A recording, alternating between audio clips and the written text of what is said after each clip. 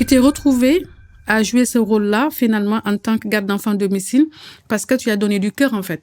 Ouais. Le côté vraiment s'occuper des autres, c'est presque inné chez nous, finalement. Avec tous les penchants et les travers qui en découlent, en vérité, c'est l'amour qui règne. Exactement. C'est que l'amour, il est plus fort que tout. Exactement. C'est quoi qu'il arrive, on peut mettre du béton, mais l'herbe, elle pousse. On s'en fout. Et l'amour, il est au-dessus de tout.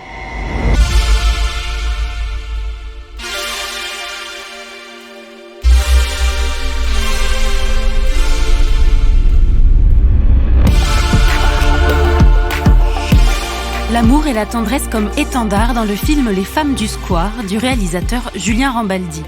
Pour en discuter, une rencontre, celle de l'actrice Eye Aïdara et d'Aminata Diouf, fondatrice de l'association Gribouillis, qui révolutionne le quotidien des gardes d'enfants à domicile. Je suis Marie Sala et je dois vous avouer que la relation entre nounou et enfant m'a toujours attendrie. Au premier regard, car la force du film, c'est qu'il nous emmène au-delà et dévoile les combats de ces femmes pour faire respecter leurs droits. Stéphanie Chermont a rejoint nos deux invités dans le 14e arrondissement de Paris. Écoutons-les. Bonjour Eye Aïdara. Bonjour. Bonjour Aminata Diouf. Bonjour. Eye, qu'est-ce que ça te fait de rencontrer ton personnage dans la vraie vie, avec la présence d'Aminata en face de toi, enfin plutôt à côté de toi? Un peu la pression. Pourquoi? Parce qu'on a toujours peur d'être un petit peu à côté ou de pas se rendre compte des réalités. Mais en même temps, quand on décide de faire un film comme ça, c'est un peu en engagement. Donc, ces regards-là, pour moi, ils sont précieux. Ils me confortent dans le fait que ce film était nécessaire et on avait besoin quand même d'en parler aujourd'hui et que c'est un sujet qui est d'actualité, enfin qui résonne très fort aujourd'hui. Pour qu'on se mette dans le bain du film, est-ce que tu peux me décrire un peu ton personnage? Qui est Angèle? Angèle, c'est une jeune femme qui est arrivée de Côte d'Ivoire en France. Ça fait à peu près 2 ans qu'elle est en France et elle vit un peu dans la débrouille, dans les magouilles surtout. Et suite à ça, il va falloir qu'elle se planque à un moment donné, se mettre un peu au vert et elle va accepter un job de nounou qu'elle ne voulait pas faire du tout. La chose la plus importante, chante une comptine africaine. Chez les bobos, ça marche à tous les coups. Coller la petite. Jamais la petite, coller. Tu m'as acheté un pain au chocolat? Bienvenue au square. Dites-moi, ici, ça se mélange pas trop, on dirait. Hein. Les nounous, c'est comme le foot, chacun son club. Notre patronne, là, parfois, elle revient plus tôt et elle me retire même des heures. Ok. Eh ben, on va arranger ça. Faut savoir prendre des risques dans la vie.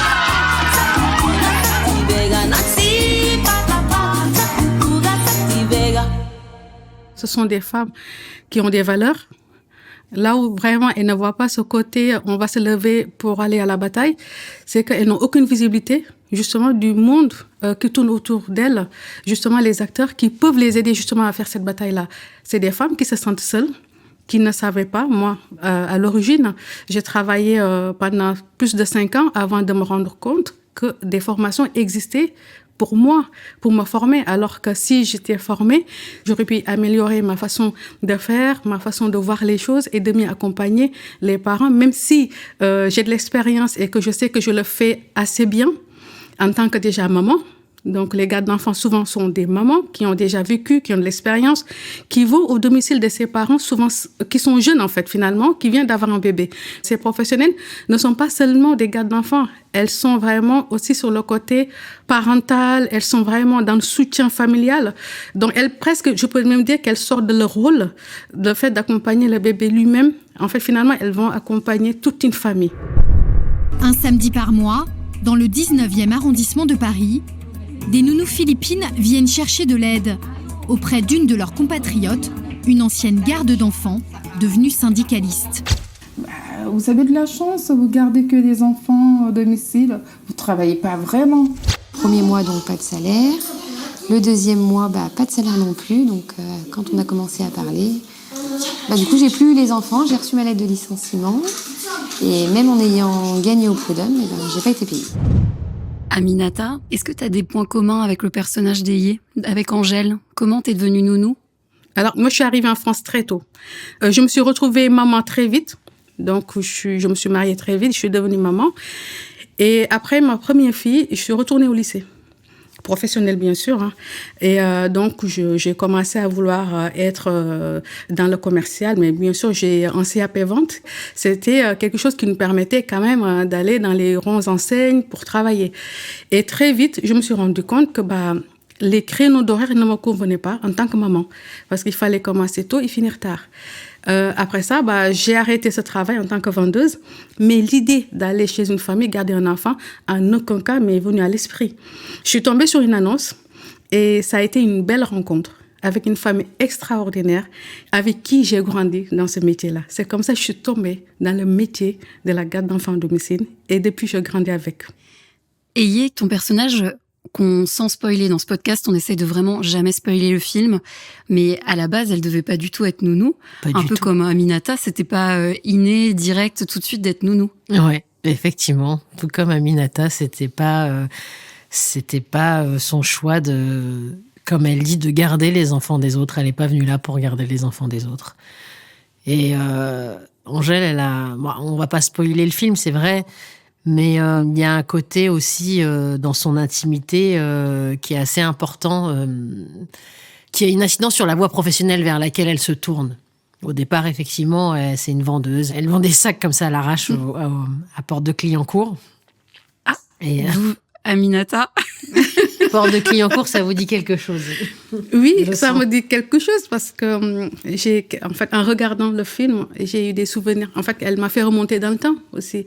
Après être garde d'enfants, je me suis projetée en tant qu'entrepreneuse aussi. Donc, j'ai lancé, je suis devenue traiteur sénégalaise. Donc, j'avais mon food truck, un camion que je conduisais moi-même. Et je m'étais installée à Porte de Clignancourt, la première dame, encore une fois de plus, avec son camion, qui cuisine la cuisine sénégalaise et qui devient un peu l'ambassadrice un peu de le culinaire un peu africaine. Pourquoi on n'a pas fait ce podcast en train de manger oui, carrément. Sénégalais, là. Et carrément un bon chef. Et du coup, j'ai travaillé, mon camion était souvent garé pas loin de là où Aïe, justement, faisait un peu sa vente à la sauvette. Voilà, sous ce pont-là que j'ai tant traversé pendant des années, à 5h du matin pour garer mon camion. Ça aussi, c'est un point vraiment... C'est une ambiance. Hein. Ouais.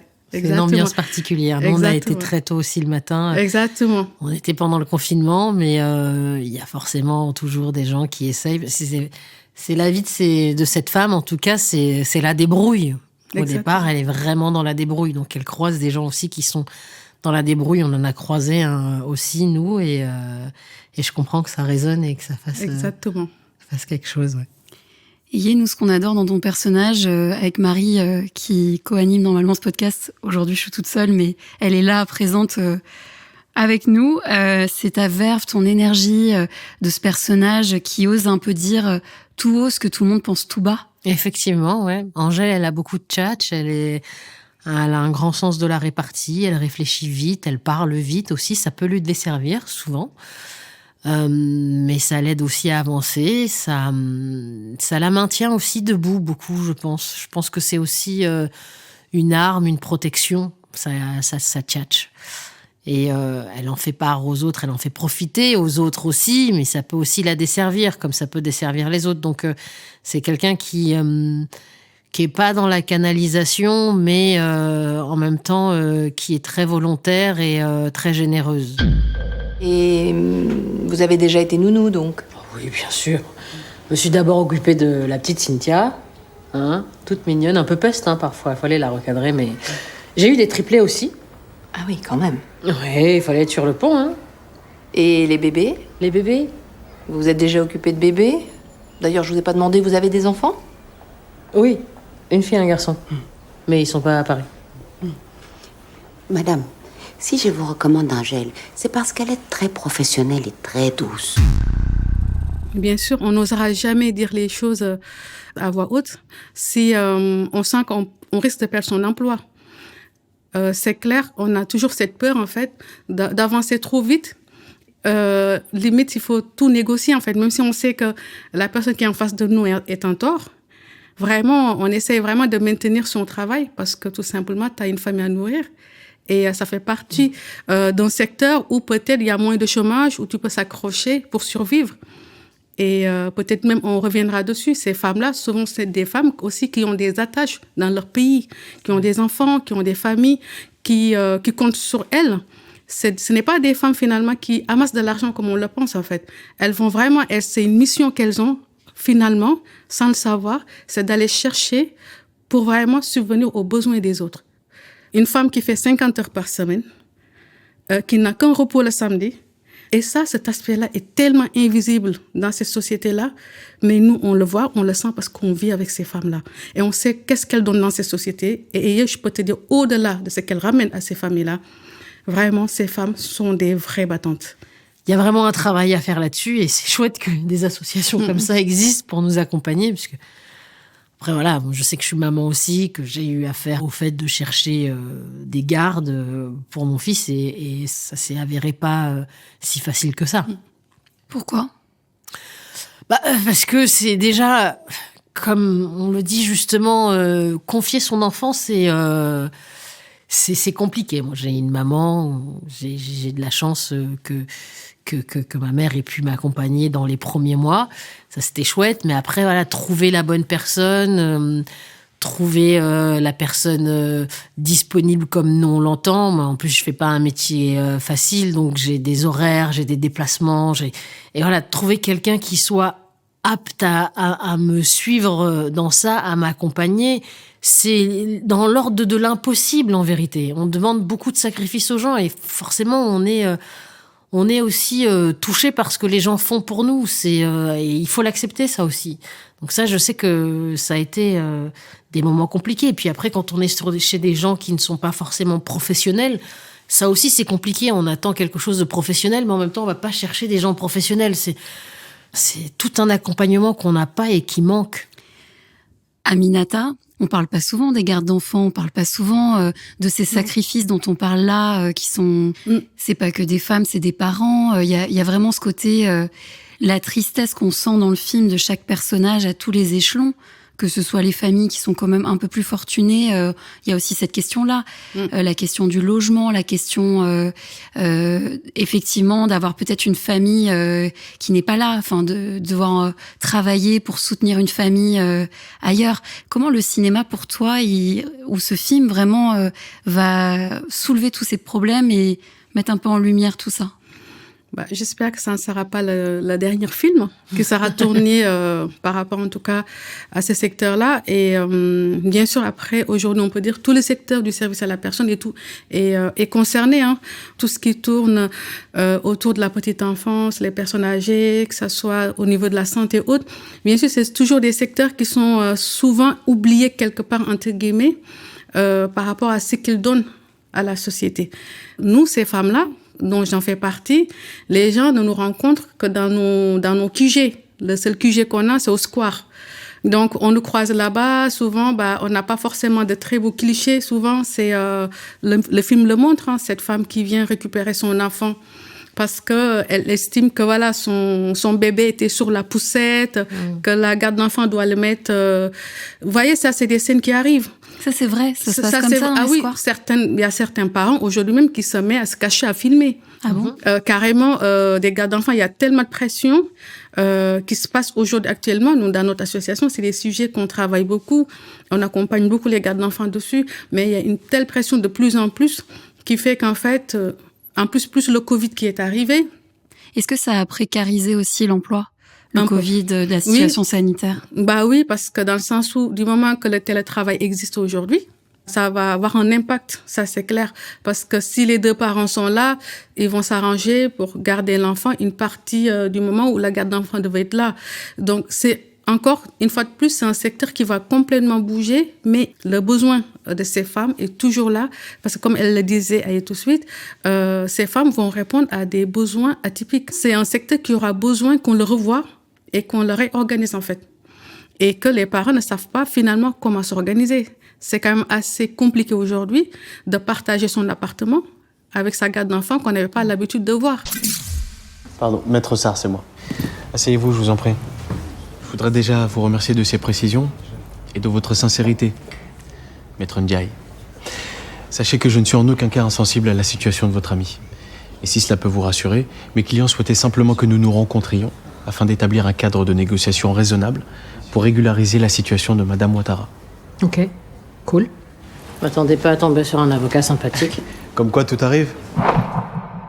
Il y a un sujet qu'on n'a pas abordé ensemble tous les trois, c'est la place des enfants. Exactement. Le film, il est très fort. Aye, je sais pas si tu veux nous expliquer le lien que ton personnage a dans le film avec l'enfant du film, quoi. Il est puissant. Il y a un lien fusionnel qui se crée assez rapidement entre les deux. Ce petit garçon, il vit un moment pas facile. Il a ses parents qui divorcent, on lui dit pas forcément la vérité, et il se retrouve face à une Angèle qui n'a pas sa langue dans sa poche et qui lui parle comme un adulte. Et qui lui cache pas les choses, qui lui dit des vérités dont il a besoin d'entendre et qui le fait grandir. Sa posture, elle change au début du film et à la fin du film. Le garçon ne se tient plus pareil, il agit plus pareil, il grandit vraiment. Et tout ça, ça se passe entre les deux. Elle lui apporte quelque chose et lui aussi lui apporte des choses, beaucoup. Et c'est vrai que quand on est parent et qu'on voit son enfant grandir et que ça nous échappe, on se rend compte effectivement des moments qu'on perd et des moments qu'on a loupés. Mais en même temps, sans vouloir culpabiliser les parents, il faut dire, les enfants, ils se révèlent pas de la même façon avec nous qu'avec les gens qui les gardent. Donc c'est normal, en fait, qu'ils grandissent aussi à travers le regard de d'autres personnes, de tierces personnes autres que les parents. Des enfants qui grandissent uniquement avec leurs parents, qui ont affaire qu'à leurs parents. On voit, c'est pas les mêmes enfants ils sont pas aussi sociables ou aussi que des enfants qui ont affaire à plusieurs regards, plusieurs jugements, on peut dire, entre guillemets. Mais oui, voilà, cet enfant, il grandit vraiment avec Angèle, quoi. Il prend conscience de plein de choses et on le voit mûrir dans le film. Ah, ça, c'est complètement vrai. La relation qu'une garde d'enfant peut avoir, j'insiste beaucoup sur le mot garde d'enfant parce que le mot nounou, c'est quelque chose qu'on a envie de bannir. Mais c'est vrai, vous avez raison. Mais en plus, alors expliquons. Non, mais on est les premiers à dire on va bannir le mot nounou et je suis en train de le dire depuis tout à l'heure. Alors que vraiment, il emploie depuis c'est un mot habituel aussi. C'est un mot habituel, effectivement. Pourquoi il faut bannir? Moi, je trouve qu'il n'est pas du tout à la hauteur de ce que sont ces femmes. Loin de là. Et je sais pas pourquoi il est devenu comme ça dans notre quotidien, nounou, parce que c'est un mot mignon qu'on donne aux enfants et que les enfants, pour pas dire c'est pas ta maman, c'est pas ta tata, c'est pas ceci, mais on aime bien avoir un petit mot mignon. Ouais. Mais nous, en tant qu'adultes, non, c'est pas, on peut pas se rabaisser à ce mot-là de nounou. Non, ce sont des femmes. Oui, mais après, comme tu dis ailleurs, hein, c'est un mot affectif pour les enfants et pour les parents qui sont tellement habitués. Aujourd'hui, les acteurs du secteur voudront bien le changer pour mieux valoriser le métier. Après, le mot garde d'enfant, je le dis, hein, je l'affirme, c'est pas un mot que j'aime. Déjà, on n'est pas des gardiennes d'enfants et le mot garde d'enfant me rappelle un peu la gardienne, un peu de l'enfant, alors que nous sommes vraiment des femmes qui accompagnent l'enfant à grandir. Nous sommes là vraiment pour soutenir les parents dans leur rôle éducatif. Et on est là 10 heures par jour avec les enfants. Nous voyons des choses et on entend des choses que les parents ne voient pas. On partage des choses que les enfants ne s'attendaient pas. Donc voilà, je pense que le mot garde d'enfant, c'est quelque chose peut-être qu'il faut revoir. Mais malheureusement, c'est un mot qui a été acté, qui est dans notre convention collective. Donc voilà, par respect, je vais parler de garde d'enfants à domicile. Mais la relation qui s'installe quand on est dans une famille avec un enfant, c'est quelque chose qu'on ne peut pas expliquer. C'est inexplicable. J'ai accompagné des enfants qui ont grandi aujourd'hui, qui sont devenus des mamans, que je vois encore. Et je vois encore les petits-enfants. Quand je les vois, j'ai des yeux qui pétillent. Quand je les parle, je sens qu'il y a un amour qui est débordant, mais je sais que ce ne sont pas mes enfants. Et ça, il faut le dire, cet amour-là, ce n'est pas prendre la place ni de la maman ni de papa. Au contraire, les parents, on va les regarder avec un amour autre, même qu'on regarde pour les enfants. Ces parents-là, on les regarde presque comme des petites sœurs ou des grands frères. Parce que, quoi qu'il en soit, on est dans l'intimité de ces familles-là. On est chez eux. On entend des choses, on voit des choses. Bien sûr, il y a le secret professionnel, mais c'est parce que finalement, les familles se confient à nous. Donc, ça veut dire qu'au-delà de l'enfant lui-même, on est dans la famille. Et d'où, quand on est au parc, souvent, au square, on entend « touche pas mon enfant ». Donc, il y a cette défense qui est là, en fait. Finalement, ton enfant, on ne le touche pas, quoi. Tu es là pour le protéger. Si l'inconnu est là, même un enfant qui vient l'agresser ou un parent, qu'importe, tu es vraiment dans cette posture-là de ce qu'on attend de toi, parce que c'est humain. Parce que tu vois ce bébé qui est à 3 mois, tu l'as dans tes bras, tu vois tous ses gestes, tu l'accompagnes, il grandit. Tu grandis avec ce bébé. Et elle l'a dit tout à l'heure. Moi, personnellement, j'ai grandi avec les familles et j'ai grandi avec les enfants. Si aujourd'hui, je suis devenue comme ça aussi, c'est une partie aussi. Ces enfants qui m'ont fait grandir. Le rôle même que l'enfant a dans ce film-là est magnifique. Ça démontre à quel point les enfants sont intelligents et sont au-dessus d'eux, finalement, de ce qu'on pense, en fait, de ce qu'on attend d'eux. Donc, j'invite vraiment qu'aujourd'hui, on revoie le métier autrement, avec un autre regard. Regarde la fin. Hey, bienvenue au square. C'est toujours comme ça ici? Ça dépend des jours, de l'heure, de la météo. Oh. La faim, on dirait. Mais il a mangé il y a 1 heure. Et la couche? Je viens de la changer. Voilà, c'est qu'il a encore faim, toi aussi. C'est pas compliqué. Fatou, Bintou, Angèle. Salut. Et les parents, ils sont où? Ils bossent. Je crois qu'on sert à quoi, nous? Moi, ma patronne, c'est plutôt les boutiques qu'elle bosse. Je rebondis avec toi, Yé. Au générique du film, on a vu qu'il y avait 2 prénoms, Dino et Amina. Ouais. Tu peux m'expliquer un petit peu, c'est le fils du réalisateur, c'est ça? Alors, Dino, c'est le fils de Julien. Et Amina, c'était sa garde d'enfant, entre guillemets. Et donc, Julien s'est rendu compte un jour où son fils lui parlait d'Amina, lui racontait ses problèmes de santé, ses problèmes de famille au pays. Il s'est rendu compte que son fils la connaissait beaucoup mieux que lui, employeur. C'est fou. Voilà. Il s'est rendu compte que chez lui se jouait une pièce de théâtre où il avait un rôle un peu à l'écart, en fait, où lui était l'homme chez lui qui vivait sa vie, qui écrivait peut-être, qui se réalisait lui concrètement et qui confiait son enfant à une femme qui était chez lui aussi, mais dont il ne connaissait absolument rien. Et je pense que dans cette discussion, dans cet échange qu'il a eu avec son fils, est née cette envie de s'intéresser un peu plus à ce métier, à ces femmes. Et de là, lui est venue l'idée de faire ce film. Comme vous dites, de toute façon, dans le film, on peut pas tout dire, mais c'est vrai qu'il y a plein de problématiques que ces femmes ont pu soulever. Là, on soulève cette problématique via Ouassia, des heures supplémentaires, de cet harcèlement moral aussi auquel elle est confrontée. Mais il y a plein d'autres choses. C'est le travail à domicile, c'est vrai que c'est peu encadré et que les gens font semblant de pas savoir aussi, parce que c'est un peu logique. Il y a beaucoup de femmes qui se retrouvent à s'occuper des enfants et puis à faire le ménage et puis à faire à manger et puis à faire des tâches qui ne sont pas censées être leurs tâches en tant que femme, assistante maternelle ou autre, qui elles sont là à la base pour s'occuper d'enfants, et elles se retrouvent. On la voit, Angèle, elle est en train de faire le repassage, elle fait à dîner pour la mère qui invite ses copines. C'est vrai. C'est pas son job, pas du tout. Mais ce qui est beau, c'est que avec tous les penchants et les travers qui en découlent, en vérité, c'est l'amour qui règne. En vérité, c'est ça ce que vous nous dites. Exactement. C'est que l'amour, il est plus fort que tout. Exactement. C'est quoi qu'il arrive, on peut mettre du béton, mais l'herbe, elle pousse. On s'en fout. Et l'amour, il est au-dessus de tout. Exactement. Donc notre podcast, il s'appelle Réplique. La réplique, c'est une réponse vive, en opposition à une idée, une phrase, mais c'est aussi un élément de dialogue qu'une actrice ou qu'un acteur doit dire, la réplique. Là, ce qui m'intéresse, c'est la réplique, le lien, les ressemblances entre vous deux. Et Yé, en quoi as-tu le sentiment d'être la réplique d'Aminata de sa vie? Vous avez 4 heures. Une réplique, parce qu'une réplique, c'est brève, en général. Le temps d'un film. Donc, c'est le temps d'un film, c'est le temps on peut dire d'une photo. On aime bien ce mot-là, c'est le temps d'une photographie. Et quand je vois ce par quoi Aminata est passée, je pense que j'ai répliqué peut-être un petit Polaroid de sa vie. Voilà, c'était quelque chose de bref, c'était concentré.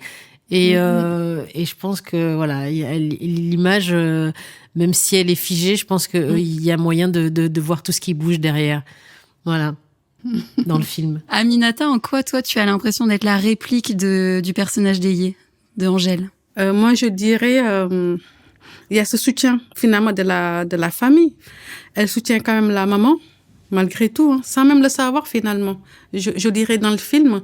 Et le fait qu'elle laisse une grande place à cet enfant-là et être là pour le coacher, ça m'est déjà arrivé avec les enfants que j'ai accompagnés. Ça m'a fait vraiment rigoler. Parce qu'une fois, je me rappelle, j'ai dit à un des petites, que je ne citerai pas le prénom, que j'adore, qui a beaucoup grandi aujourd'hui. J'ai dit, non, à l'école, tu te défends, je dois te montrer la position. Et le lendemain, les parents m'attendaient, en me disant, mais il faut qu'on parle. Donc, j'ai vu ça un peu, ça m'a fait beaucoup rigoler. J'ai dit, écoutez, elle est trop intelligente. Si tu es trop intelligente, les enfants, ils ont tendance à... Donc, il faudra qu'elle s'affirme.